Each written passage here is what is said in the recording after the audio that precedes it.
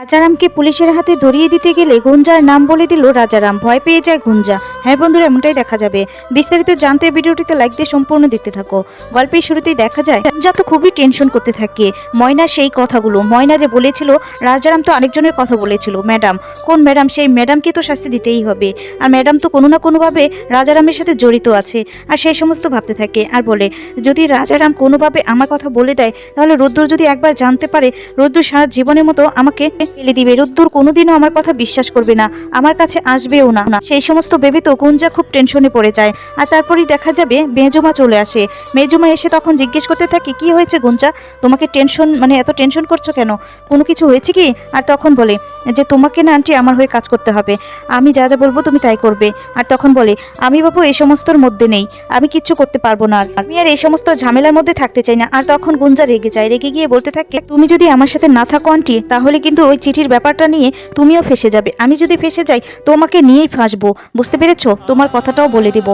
আর তখন মেজমা টেনশনে পড়ে যায়। মেজমা তখন বাধ্য হয়ে গুঞ্জার সাথে কাজ করতে রাজি হয় আর বলে, কি হয়েছে না হয়েছে সমস্ত কিছু, ওখানে যা যা কথা বলা হয় সমস্ত কিছু আমাকে তুমি বলবে। একটু যাও না, দেখো না ওরা কি বলছে, একটু জানার চেষ্টা করো না। তোমাকে ভয় দেখিয়ে তারপর পাঠায়। ওর এদিকে দেখা যাবে রুদ্দুর বলতে থাকে একা একাই যে তখন ময়না কার কথা বলতে চাইছিল। আচ্ছা ময়না, বলো তো তুমি কার কথা বলতে চাইলে? কোন ম্যাডাম? আর তখন বলে, আমি বলবো না। সত্যি সত্যি বলছি, আমি কিছু জানি না। তাহলে কি করে বলবো? আর তখন বলে, সত্যি তুমি জানো না? তারপর বলে, না আমি জানি না, আমি শুধু ম্যাডামের কথাটাই শুনেছি। আর এদিকে দেখা যাবে গুঞ্জা আড়াল থেকে এসে সমস্ত কিছু শুনতে থাকে আর বলে, যাক বাবা, রুদ্দুর আর ময়না তাহলে কিছুই জানে না। যদি ফোনটা ট্র্যাক করে তাহলে তো আমি ধরা পড়ে যাব, কেন যে রাজারামকে আমি ফোন করতে গেলাম। আর এদিকে দেখা যাবে রুদ্দুর তখন বলেছে, সত্যি কি তুমি জানো না নাকি বলতে চাইছো না? আর তখন বলে, বিশ্বাস করুন আমি কিছু জানি না। এখনো আপনি আমার অবিশ্বাস করে যাইতেছেন ডাক্তারবাবু? আর তখন বলে, আচ্ছা ঠিক আছে, আমি তাহলে চলে যাই।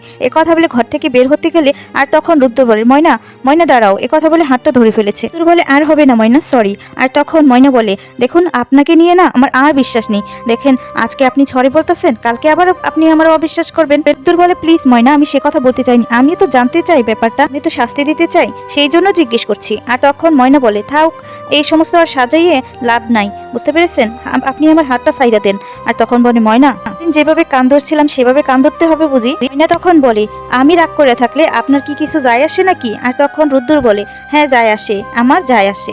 আমি তোমাকে স্পষ্ট করে বলে দিলাম যে তোমার জন্য আমার যায় আসতো না, কিন্তু এখন যায় আসে। সমস্ত শুনে গুঞ্জা এদিকে রাখতে থাকে। আর তখন বলে, কই রুদ্দুর এত মিষ্টি করে তো আমাকে কখনো এমন করে বলেনি। তখন ময়নার গালে হাত দিয়ে বলে, ময়না এদিকে দেখি, গুঁড়ো এদিকে। ময়না তো লজ্জায় লাল হয়ে যায়। আর তখন রুদ্দুর বলে, ময়না, পরে বড় মা ডাকতে থাকে আর বলে, ময়না। আর তখনই ময়না বলে, আইতাছি বড় মা। কথা বলে যাইতে লাগলে তখনই দেখা যাবে রুদ্দুর ধরে ফেলে আর বলে, কি করতেছেন? আমার হাত খান সারেন, বড় মা তো আইসা পড়বো। আর তখন বলে, আসুক, এসে দেখুক। বলে, আপনার কি মাথা খান খারাপ হয়ে গেছে নাকি? আর তখন বলে, তুমি আগে বলো যে আমার উপর তুমি রেগে নেই। আর তখন ময়না বলে, না আমি তো আপনার উপর রেগে আছি, কমুনা। আর তখন বলে, তাহলে আমিও ছাড়বো না। তোর তো ময়নাকে কিছুতেই ছাড়তে চায় না। আর তখন নিজের কাছে টেনে নেয়। এরপরই বর্মা চলে আসে। আর বর্মা এই দৃশ্যটা দেখে তো অবাক হয়ে যায় আর মুচকি মুচকি হাসতে থাকে। ময়না বলে, কি করতেছেন? এরপর তো বর্মা আইসা পড়বো। আর তখন বলে, আসুক, তোমাকে তো আমি কিছুতেই ছাড়বো না, তুমি আগে বলো আমার উপর রেগে নেই। বলে, আচ্ছা ঠিক আছে কইতাছি, আপনার উপর রাইগা নেই। আর তখন বলে, একটু ভালো করে বলো, হেসে বলো। আর তখন বলে, বলছি তো আমি আপনার উপর রেগে নেই, এই বলে হেসে দেয়। এবার তো সারেন। বর্মা তখন ডাক দেয় ময়নাকে যে ময়না। আর তখনই রুদ্দুর উঠে পড়ে। এরপর ময়না উঠে যায়। তখন বলে, ময়না কখন থেকে আমি ডাকছি, তুই কি শুনতে পাচ্ছিনি? এরপরে দেখা যাবে রুদ্দুর বলে, হ্যাঁ হ্যাঁ আমিও তো কখন থেকে বলছি তুমি ডাকছো। আর তখন বলে, বর্মা মিথ্যে বলছে, তোমার ছেলে কিন্তু আমাকে ছাড়ছিল না, তার জন্য আমি যেতে পারছিলাম। তোর তো লজ্জা পেয়ে যায়। আর তখন বর্মা হাসতে থাকে আর বলতে থাকে, আমি জানতে যাই যে তোরা আজকে কি খাবি? রুদ্দুর বলে, মাছের ঝোল, আর কিচ্ছু না। আর তখন ময়না বলে, বর্মা জানো তোমার ছেলে কি খেয়েছে? তারপর দেখা যাবে বর্মা বলে, ও তোরা দুজনেই সিম্পল, মাছ আর ভাত খাবি তাই তো? তখন বলে, আসলে মা ওই বোস্টুমি সে যে এগুলো খেতে খেতে অভ্যস্ত হয়ে গেছে, তো তাই ভাবলাম একটু মাছ হলে ভালো হবে। তখন বলে, ও আমি হাঁপায়ে গেছি, আপনি বুঝি হাঁপায়া যান নাই? সেদিন যে গেরি ধরে আনলাম সেগুলো যে খেলেন? আর তখনই অবাক হয়ে যায় বড়মা। এদিকে গুঞ্জা বলে, কি কি রুদ্দুর গেরি খেয়েছে?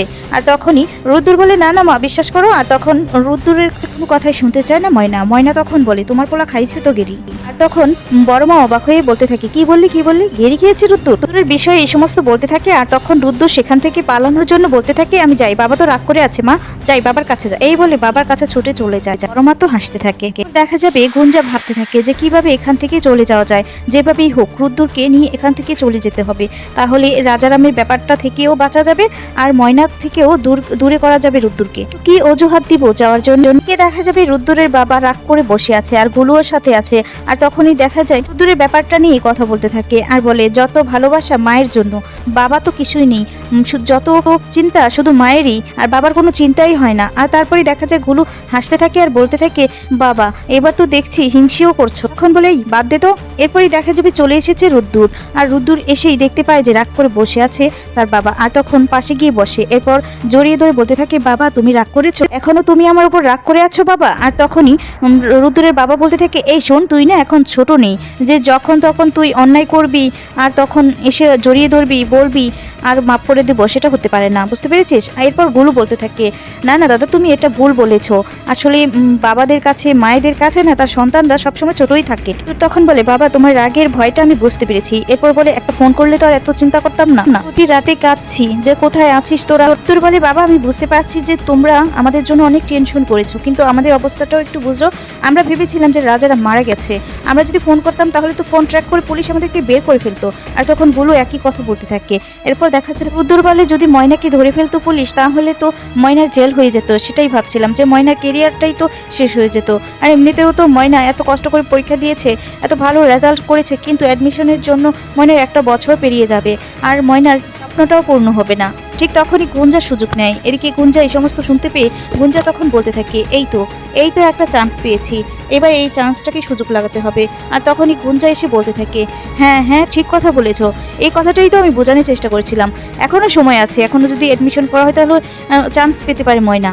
আর যদি এখন এত ভালো রেজাল্ট করেও বসে থাকে তাহলে তো একটা বছর পেরিয়ে যাবে, তারপরও তো সামনের বছর আবার পরীক্ষা দিতে হবে, তারপর তো অ্যাডমিশন নিতে হবে। তাই বলছি চলো আমরা সবাই না কালকেই চলে যাই কলকাতায়। আর তখন এই সমস্ত বলতে থাকে। আর এরপরে দেখা যাবে রুদ্দুরের বাবা বলে হ্যাঁ গুঞ্জা তো ঠিক কথাই বলেছে রুদ্দুর, চল তাহলে আমরা কালকেই বরং চলে যাই, মাস্টারমশাইকে বলে একটা গাড়ি রেডি করে দিতে।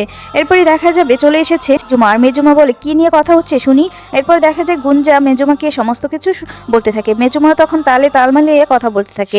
এরপর চলে এসেছে বড়মা আর ময়না। আর ময়না এসেও এই সমস্ত শুনতে পায়। বড়মা বলতে থাকে হ্যাঁ হ্যাঁ এই সমস্ত ঝামেলার মধ্যে থেকে তো মাথা থেকে আমার বেরিয়েই গিয়েছিল যে এডমিশনের ব্যাপারটা নিয়ে, হ্যাঁ এটাও তো একটা গুরুত্বপূর্ণ, ময়না তো স্বপ্নটাও মৃত্যু হয়ে যাবে আর এডমিশনটাও নিতে পারবে না। আর তারপরে দেখা যাবে ময়না বলতে থাকে না আমি কিছুতেই রাজারামকে শাস্তি না দিয়ে এখান থেকে যাব না, আগে রাজারামের এডমিশন করব জেলখানায়, তারপর এখান থেকে যাব। কথাটা শুনে গুঞ্জা ভয় পেয়ে যায়। গুঞ্জা বারবার করে বলতে থাকে যে ময়না তুমি বোঝার চেষ্টা করো, তোমার জীবনটা শেষ হয়ে যাবে, তোমার স্বপ্নটা শেষ হয়ে যাবে, তোমার স্বপ্ন তো পূরণ হবে না। আর তখন বলে যাই হয়ে যাক না কেন, এক বছর পিছিয়ে গেলে যাব, কিন্তু রাজারামকে আমি শাস্তি না দিয়ে এখান থেকে কোথাও যাব না। আর তখনই এদিকে গুঞ্জা বলতে থাকে আসলে আমার মা বাবার জন্য যেন মনটা কেমন করছে, তাই বলছিলাম কি যে তোমার যখন অ্যাডমিশনটা কালকে না আমরা চলে যাই না। আর তারপর ময়না বলতে থাকে আপনার যেহেতু টেনশন হচ্ছে মা বাবার জন্য মন খারাপ করছে, আপনি যান না কালকে চলে। তারপরে ময়না বলে যে আমি কিছুতেই যাব না, রাজারামকে শাস্তি দিয়েই এখান থেকে তারপর যাব। গুঞ্জা কথা শুনে ভয় পেয়ে যায়। রাজারামের জন্য কেস করা হলে রাজারামকে পুলিশে ধরিয়ে দিতে গেলে ঠিক তখনই রাজারাম মনে মনে ভাবতে থাকে যে আমি একা কেন ফাঁসবো, ম্যাডাম তো আর কম অন্যায় করেননি। তারপরে দেখা যাবে গুঞ্জার কথা উঠে আসে। আর গুঞ্জার কথা শুনতেই ময়না বুঝতে পেরে যায় যে গুঞ্জা সমস্ত কিছু কাণ্ডর মধ্যে গুঞ্জাও রয়েছে। এদিকে গুঞ্জা তো ভয় পেয়ে যায়, কি করবে বুঝতেই পারে না। আর উচিত শিক্ষা দিবে বলে রুদ্দুর এবার রেডি হয়ে যায় গুঞ্জাকে। বন্ধুরা এমনটা হলে তোমাদের কেমন লাগবে?